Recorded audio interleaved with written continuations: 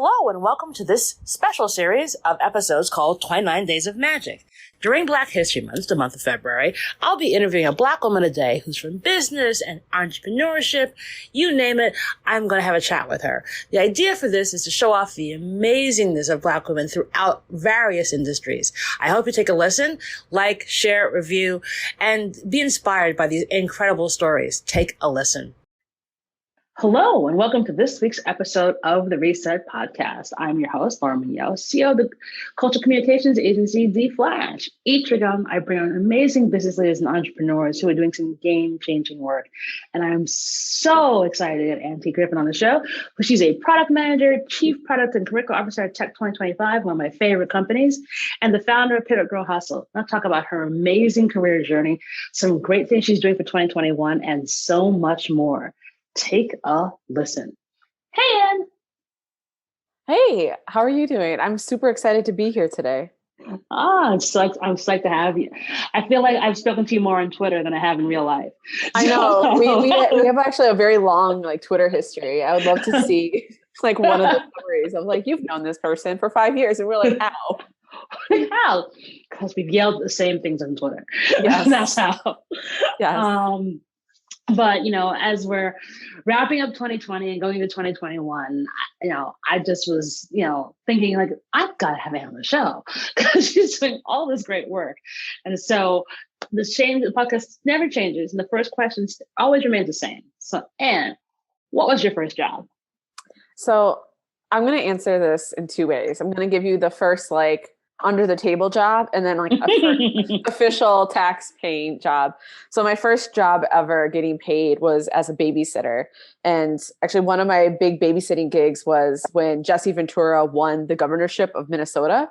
And the people I was babysitting for were out way past whenever they said they were going to come home. And I got a call from my parents saying, they requested if I could babysit overnight. And I think they gave me $60, which was a lot to me back in middle school, because they were out enjoying, the partying with Jesse Ventura. So there's that. My first job that was an official job was in college. I was an Apple campus rep, which was basically Apple's marketing program. I don't know if they still have it. They probably do, for college campuses. And so it's not just getting people to buy, but making people aware. And back when I was an Apple campus rep was at the time where if you were using a Mac, everyone made fun of you and kind of laughed and they're like, ha ha ha, my PC can do these things and your Mac can't. And so it was really kind of a culture kind of battle type job to try to help people understand what Mac could do and why they actually indeed are cool. So that was my first official job. That is amazing. Okay. So from babysitting parents who abandoned their children to go part of Jesse Ventura to be Apple campus rep to where you are now. Explain this journey to me. How did we get to be having this conversation today in 2020?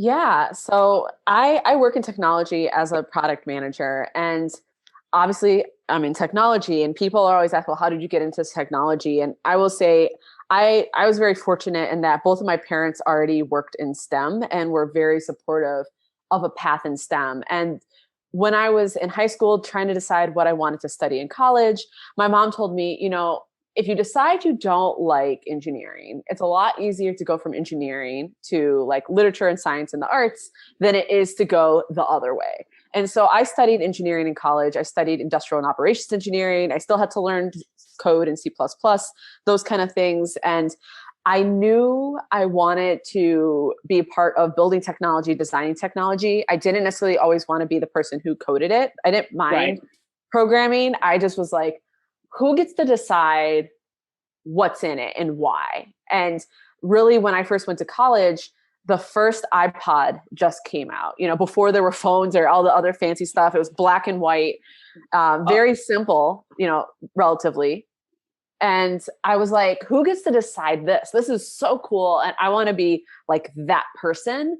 And really in my career, eventually in the real world post-college, I discovered this role of product manager.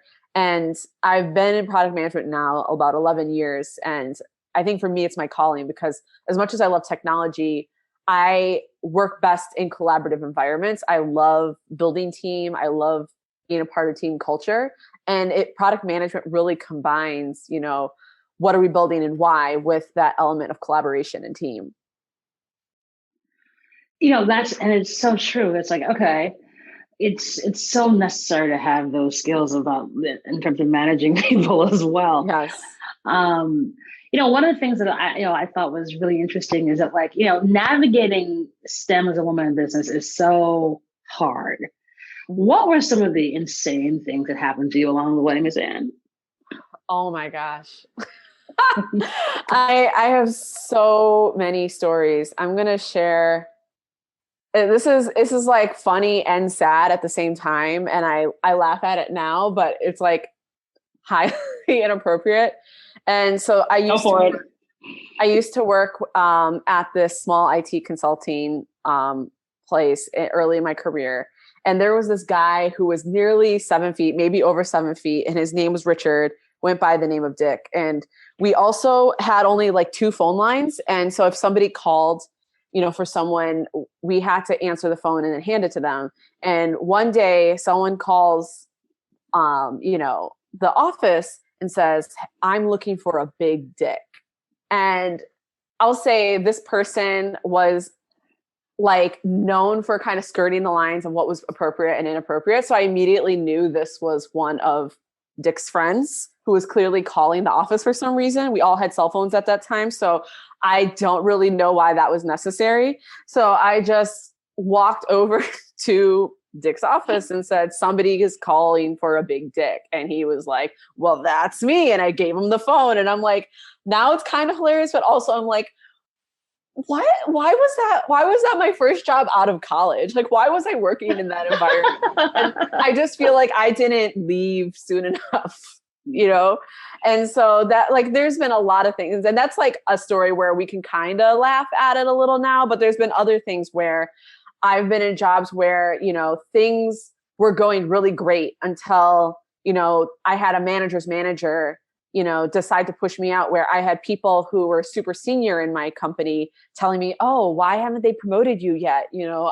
Telling me all these great things about my work, and me going into the review expecting, to at least hear good feedback, if not a promotion, and getting tons of feedback I had never heard before, in this review from my manager, which was also, that was in itself a weird dynamic because my manager never wanted to be a manager. They ended up getting like upgraded to a manager after my actual manager left. And this person was told, oh, like, you're just going to be mentoring someone. And then the next day they're being like, oh, this is your new manager. So it was a weird situation in which it was kind of like they started saying like, oh, your performance isn't, up to snuff and all this other stuff. And, it was kind of a combination of me trying to maintain my confidence and not be gaslit, but also still being gaslit and like questioning, well, was my work really not up to par this year? Like, are some of these things they're saying true? And it got to a point where I actually ended up quitting that company because I knew what was going on. And it was to a point where I was like, for my mental health, cannot stay here.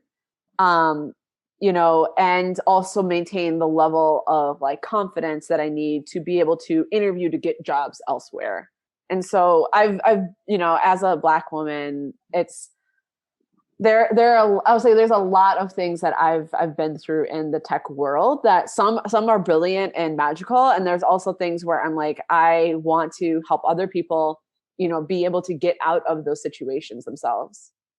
Yeah, that's a thing that I think all Black women face. You try to navigate, like, okay, how much is too much? But also, how do I navigate this entire universe? All I want to do is do a good job. I want to do my damn job.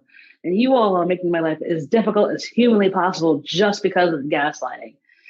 Yeah. Like, how did you know when it was time to go? Because I know I've had so many experiences now, prior to having my own company, where I just was like, this doesn't make any sense. Why is it everybody else loves what I'm doing, but you, sir, or you, ma'am, usually named Karen, yes, is making my life difficult? And I know what my breaking points were. What were them for you? I mean, to me, I'll say, if knowing what I know now, I think I waited too late. I was to the point where I was going to bed at 8 p.m. because I was so emotionally and physically exhausted. I was obsessing about it every day. I was thinking about it. And, it was really deteriorating my mental and physical health. And looking back on it, I think the time to have gone would have been when it's like not being able to have, conversations with my manager where I'm like getting actionable feedback. Should have been a red flag to me, the fact that they made my manager somebody who did not want to be a manager. There are like a number of things where red flags that at the time it was too early in my career to fully understand how bad those red flags were. Like they seem like, okay, this isn't normal, but everybody, that's the other thing about gaslighting is that like to everyone else where this is not happening to them around you, it seems like, oh, maybe this isn't that bad, or like I'm the only one experiencing this, so maybe it is just me, and not realizing you're like, okay, even if it is just me experiencing this doesn't mean it's not as bad as it seems. And also the other thing of understanding the behavior patterns of there are worse things to come.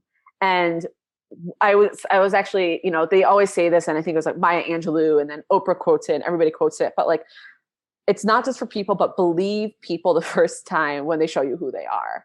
And that goes with companies. When you start seeing the red flags, you need to make sure you are putting your exit plan in place, especially if it is around performance or other things. If the microaggressions get to be too much, and through Pivot Girl Hustle, I worked with professionals who are trying to exit their current situation. And I've had people say, one of the things that makes me hesitant to leave is I feel like my presence here shows other people of color that they can do it. They can be here too. But at the same time, the microaggressions are a lot.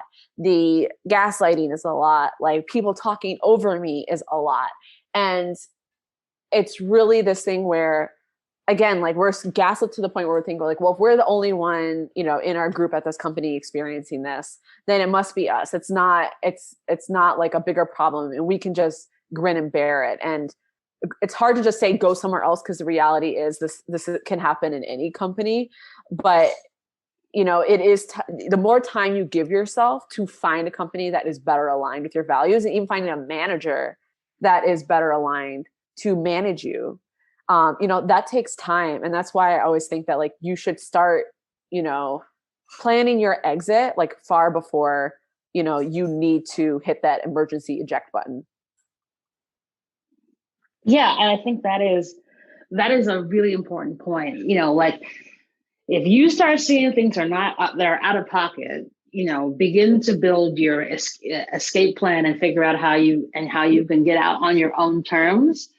It is this weird dichotomy because, again, like especially obviously in tech, where there's so few of us, and you want to sort of be that shining star for other people coming up to see.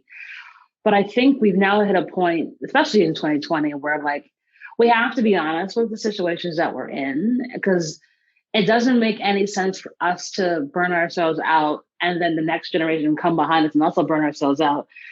And it's not worth it. Like nothing came of this, versus taking the steps to be like, I'm out and I'm going to do something better, whether it's a different company or I'm going to build my own thing, whether that's as a full-time gig and a side gig, as a full-time entrepreneur, or some other kind of funky hybrid, because we've got to show folks that like you have to know when to walk away, and also call out the BS when you see it. Yeah, absolutely. And that's the thing is like, you also still have to have that like exit plan if you're going to call out the BS, because there is an element of, I think there's sometimes people have this idea of like, if I call it out, I'll be fine. And you kind of also still have to go into that as like understanding there may be retaliation, for that. And I'll say like a really good example that we've seen recently is obviously, and I'm sorry if I don't pronounce this right, but Dr. Timnit Gebru, who was recently fired or resignated, however you want to call it, from Google. And you think about, and she is a Black woman in AI. I would just look up those backstories so we don't have to like go too much into a podcast. But you also think about, it was just 2 years ago, I think it was, that Google did the Google walkout. And a lot of the people who were organizers in the walkout, if not all of them, might only be some of them, no longer work at Google. And, they called things out, and Google has the money and the power to not change if they don't want to. And so there are those elements too. And I've also worked with this young woman this spring where she was really dissatisfied with the way her company was handling the civil unrest around, the death of George Floyd and Breonna Taylor and those sort of things. And she called it out, but she's one of two Black people in her company. And the way her company responded was pretty atrocious. But it was also something where, I hate to say it, but it's also something where it's like, if you're going to call something out, and this is not to tell people to not call it out, but there's almost this like, you have to be mentally prepared to get a trash response back, because unfortunately that is what happens a lot of the time. And it's just one of those things where I always tell people when I work with them, especially when I'm in kind of, spaces in a company that are like Black people or people of color. And I just let them know, like, here are things that you can do. These are options. Here are the, legal resources you have. But also, I'm not going to tell you to do anything that you would not feel comfortable dealing with, like on your own, because that's the reality is, especially when you start thinking about the intersectionality of people who have disabilities, people who are maybe here on visas, all these other things. People might be like, I really don't agree with my company, but I also really need a paycheck. So it is a consideration I always tell people to think about. And I think that's the balance. I always make this joke and people are like, Lord, I can't believe you said that. Like, I assume people are idiots until proven otherwise.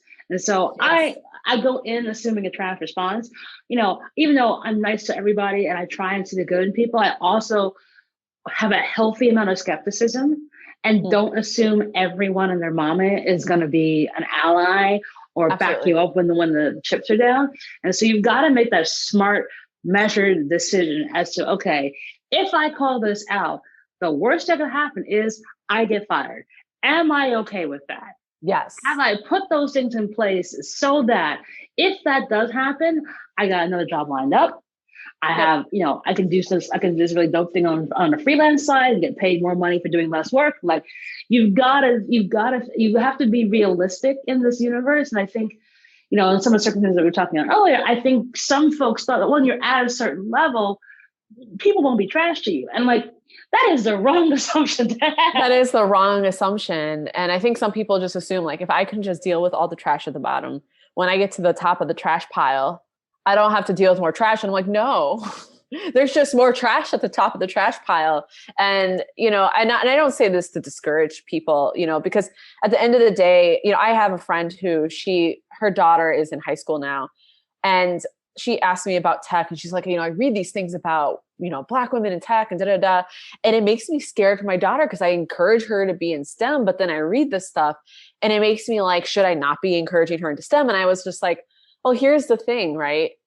What industry is not full of like racism and sexism and ableism and homophobia? Like I'm not really aware of one, and I'm like, this is at least like STEM, if it is something they're interested in, is one where there is a lot more mobility in that field. And it's not that once you get into STEM or once you get to the top of, you get to be in C-suite in STEM, you're not dealing with, all these isms anymore. But I think it's like you've learned how to deftly play the game more. And you've also probably survived that long because you've learned how to avoid the red flags and you believe people the first time they show you what trash they are.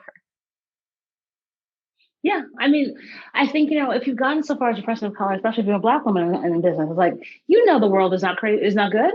Like there are bad things that are going to happen. And so like, let's not pretend that things are always sunshine lollipops, and a healthy amount of skepticism, no matter where you are, no matter what circumstance you're in, whether I've been in corporate or when I'm now on my own, I always have to have a little, yes, is that terrible? Yeah, but okay. No, it's also worse not being aware of it, and then having the rug Absolutely. pulled out from under you. Oh, absolutely. And I think that's one of the other things is like people, the lack of awareness is, I'll say, my mom, so I'm Black, but you know, my mom is white, my dad is Black. And my mom is a white woman. And even for her, it's like, she always thought if I just go into the corporate world and I just work really hard, I'll be able to get ahead. And one of the things my mom says that she's retired now, she tells me she regrets the most in her career is not understanding the game and for a while not believing the game existed. And she's not someone who would want to play the game, but she's like, I would have at least learned how to dodge some of the things that I openly walked into because I refused to acknowledge the game. And I would say that's like 30 times more true for Black women, you know? And it's like, you have to acknowledge the game is there. You have to know how to play it, even if you don't want to, you know, be a 48 laws of power type person. You have to really understand the rules of the game so you can avoid, you know, the pits and sinkholes that are there. And I think there's two books that I really love that talk about this. And one of them is The Memo by Minda Harts, which is you know, an amazing book for women of color and also allies to look at, you know, and I think some of it was a little bit of a response to like Sheryl Sandberg's Lean In, where it's like, you just need to lean in harder. And it's like, okay, leaning in is an option, but for Black women and women of color and people of color in general, there are limits to you can't like where it's like you can lean in so far and you still might not get to where you're trying to go. And also the other book being Career Rehab by Kanika Tolver, which specifically talks about all these things where I said like, oh, you need to kind of like have your exit plan, like making sure that like, you know, you're not just being complacent in your job just because you're like, oh, you know, it'll be fine and I can ignore it. And she talked about like, how do you be more active? Like, and how do you build a brand in your career? So you don't feel like stuck in this job that, you know, isn't working for you. Those are some really great tips. Like the memo, I think should be in every first day of work packet. Every oh my gosh. I feel like it should be like I feel like it's like if you go to college at minimum your senior year of college, they just feel like this signed reading. If you know, only graduate from like high school or trade school, you know, if you're like not planning on going to college, it's like whatever your last year of formal education is they just like, here you go, because you're going to need it eventually. It doesn't matter what industry you're in. It doesn't matter if you're working corporate or not corporate. This is real. Yeah, it's like, because again, once you know the game, you're not blind to this. So, absolutely. You know, and, you know, you've gotten a really amazing company called Pivot Grow Hustle. I'd love to hear about how this all came to be and what you're offering to your clients today. Yeah. So Pivot Grow Hustle, I mean, the name pivot is in it. And some of this was actually part of the pivot during the pandemic. And so for years, I've actually been helping people with their careers and helping them kind of either get into new jobs or helping them, you know, kind of figure out like what their path is in specifically in tech. And, you know, as the pandemic started, I thought, well, other than talks that I do, which I don't know how many I'll have, you know, after this, I'm like, if something were to happen to my 9-to-5 job, I don't really have another source of income. And in the beginning of the pandemic, we were all like, what's going to happen? Is this going to be some like Great Depression level stuff? And, you know, I'll say you and me obviously didn't live through the Great Depression. So like, I was like, I don't know how safe my job is. I don't know how hard it's going to be to get another job. So I was like, maybe it's time I take all this, you know, the work I've been doing, help other people in their careers and formalize it into a company. And really that's how I created this course called Attract Your Dream Job. Because one of the things that people ask me for help a lot with is help, you know, getting into another job, and especially, you know, working with their LinkedIn and getting over imposter syndrome. And the other piece being, I am really good at getting companies to come to me, even when I'm not looking for a job. Just in this pandemic alone, I've had Amazon reach out 3 times. I think Facebook has reached out 3 times.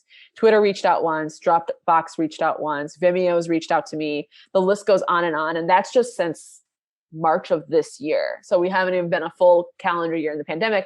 I'm not even looking for a job. I'm actually very happy in my current 9 to 5, and I have an amazing manager. And so, but the thing is that this is something where I'm like, what I've learned kind of through the hard way and also through mentors and coaches is, you, even when things are going well, have an exit plan. Don't just be like, I can ignore, talking about my accomplishments. I can ignore having up-to-date LinkedIn or a resume just because things are going well right now, because all it takes is a surprise pandemic or, something else to go on at your job for what you thought was safe to no longer be safe. And so I started it as like the combination of like, I'm really good at this. I've been helping people at this. And also I realized I don't have like a regular income outside of this 9 to 5, and I don't know what the world looks like. So I created this course, and it really helps people really understand like the strategy they need to use for LinkedIn to both attract opportunities, like really amazing opportunities, as well as getting their resume actually read by somebody at the company and get invited for an interview. And also teaches people how to network online. So hopefully you get to skip some of the interview steps, or at least like those beginning parts where you're applying online, and helping people get over their imposter syndrome and just be more confident, in their interviews as well as negotiating. And so that is what I do with Pivot Grow Hustle. So it is a course that I offer, that course, Attract Your Dream Job, through Pivot Grow Hustle, and I've helped people get opportunities, speaking at their alma mater. I've helped people get into new jobs, and it's a really exciting thing because I just really love, when I hear people say like, oh my God, this is, I'm already seeing changes. This is already making a big difference for me. Awesome. We're so excited to have Soho Works as the sponsor for the 29 Days of Magic campaign. They're designed by Soho House, and their workspaces to help creative thinkers, businesses small and large, connect, collaborate, and grow. And it's where I'm recording all the episodes of 29 Days of Magic. It's a safe, wonderful, and collaborative experience. I'm currently in the Brooklyn location, but they have locations, one else in New York City, in the Meatpacking District, one in LA, 5 in the UK, and they give you that kind of home away from home feeling with all the tools, technology, equipment to help you do your best work. Like I said, it's an amazing location, feels safe. I've been able to meet some really awesome people, which you haven't been able to do a lot because of the fact of COVID. So it's been a wonderful experience being able to record here and help build community. So if you want to find out more information about it, please go to sohoworks.com to get more information and tell them I sent you. And now back to the show. So you're doing all this amazing work in the middle of the pandemic. What in the world are you doing for your self-care, man? Oh my gosh, so many things. So I will say I have been a strong advocate and practicer of making sure I do my self-care for a very long time. I am much more of an energy management than a time management person. So making sure I actually have regular downtime integrated throughout each day and then each week is important to me. So a lot of it is making sure that, honestly, because also it's election year, staying away from the news a lot. I still actually read a lot of the news, especially, learning more about the vaccines that are coming out and other things going on, but especially while we were, in the midst of the election, just avoiding a lot of the political news, things that I'm like, I don't really need to know this right now. I don't need to wake up and read this first thing. It doesn't change anything about how my day is going to go. I take a lot of bubble baths. That is like a pillar of my self-care. I still shower every day. So it's like, I don't take baths as like a cleaning method, but it's like, I take a bath, a bath almost every day, and sometimes multiple on weekends, because that is like where my brain relaxes. And I just always make sure I have like kind of mindless entertainment on deck. Serious things are also great, but I realize I'm like, there's so many serious things in the world. And I'm like, the last thing that is entertaining to me is a movie about people getting like shot at or blown up. And so I'm like, if I have to rewatch, Steven Universe or Bob's Burgers or any of those things like all over again, I will. And so necessary. Like, I have rediscovered South Park. Because I'm like, wait, I need this like mindless drivel that will make me laugh and just take away the seriousness of it all, because it's heavy. This shit's heavy. It's very heavy, and it's not, what we're going through is not normal. And so it's like whatever dosage you had for your previous mental health and mental hygiene You need to like up that times 70. It's like, I view it as like medicine that you don't have to take a pill for. I'm like, you need to up that dosage, like the way you would up a dosage of pain medication. If you were like physically in pain, you need to do that with your mental health. You really do, because if you don't, you will fall. And I think this is especially hard for, Black women in business, because like we always have a mountain on our back to begin with from day one. And then we have another 4 that ends up getting put on our back just because of our very existence. And if you don't pay attention to that and realize, no, you can set that down, you have to be everybody's hero, and you've got to put the oxygen mask on first to yourself before you can help anybody else. That's how you get to be able to breathe and to actually take good care of yourself. Absolutely. Because it's really hard to help someone if you can't breathe. And I always say, like, if you're drowning, you're actually more of a danger to other people than you are of a help to them, and that's the thing is like, and they say hurt people, where it's like, also, if you're not getting your rest, you're not, taking care of yourself, somebody else is like, eventually your body's going to break down. Something else is going to break down. You're going to if you're not snapping at people, you might put yourself in the hospital for stress. Like, and the last place any of us need to be right now is in a hospital full of, COVID-19 patients. So it's like, and I was talking to some really amazing friends of mine who are also Black women, and both of them have children. And one of them is actually, she is a teacher and has 2 children. Oh my God. Yes. Oh. And so and that's the thing is like, people like that, where it's just like, they are having to be very, very intentional with their time, because not only do they not have a lot of it, it's like, they're also absorbing, the anxieties their children are having about what's going on. Like, having to fight battles, with their kids' teachers, who don't necessarily want to modify. And understandably, it is hard, but it's like,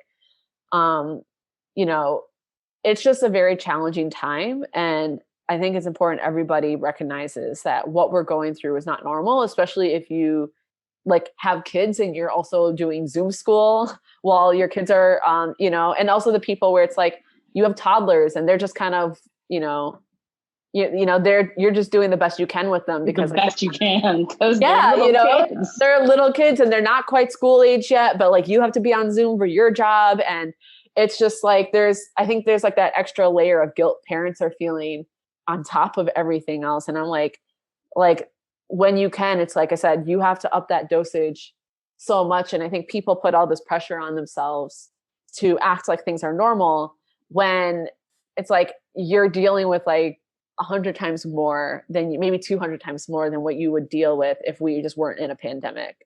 And even just not in an election year. The last 4 years have not been normal years at all. And we've kind of normalized it, to be able to get by, kind of like when your body goes into shock when you get injured, your mental health does the same thing. And like, we've been carrying a lot, but because it's been gradual, we've just normalized it all. I think the only thing that wasn't gradual was the onset of the pandemic. Yeah, that just was like, what? Yes. Yeah, I mean, it's just, we have to take care of ourselves. And I think the more we just keep normalizing it, keep talking about it, it's no longer in hushed tones. It is what we all have to do, the better off we'll be. So my last question for you is, do you have a give and or an ask of the audience? Yeah, so I will say, I mentioned these books earlier, but I'm going to bring them up again here.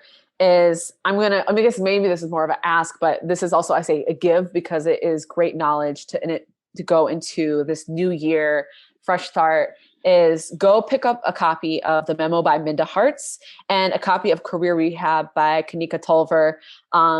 They, like I said, very essential reading. Or if you already have them, please buy them for someone else. Trust me, they will love you for it. I bought this for coworkers of mine last year, and it actually we went from being like, oh, we're like good coworkers to actually like, we're really actually friends now. So that is like my recommendation of knowledge to you. And then my ask is, we are doing the next cohort of Attract Your Dream Jobs. If you or someone else, would be interested and you want to, you want to attract the best jobs to you. You want to be able to more easily get past, that application phase. You want to go in more confidence, less imposter syndrome. Check out my website. You can go to attractdreamjob.com to learn more about the course, or follow me on Twitter at Pivot Grow Hustle. Awesome. Well, and it's been such a delight to have you on the show. You have so much wonderful knowledge that was imparted, and I'm sure our audience will love it. We'll put all the details in the show notes so folks can, one, pick up those awesome books you recommended, but also sign up for her course. Yes. And knows what you're talking about. Do it. Get yourself ready for Absolutely. 2021. But yeah, it's such a delight to have you on the show. Thank you so much for joining me. Yeah, thank you so much for having me. It was a lot of fun. Thank you. Awesome. And that is our show.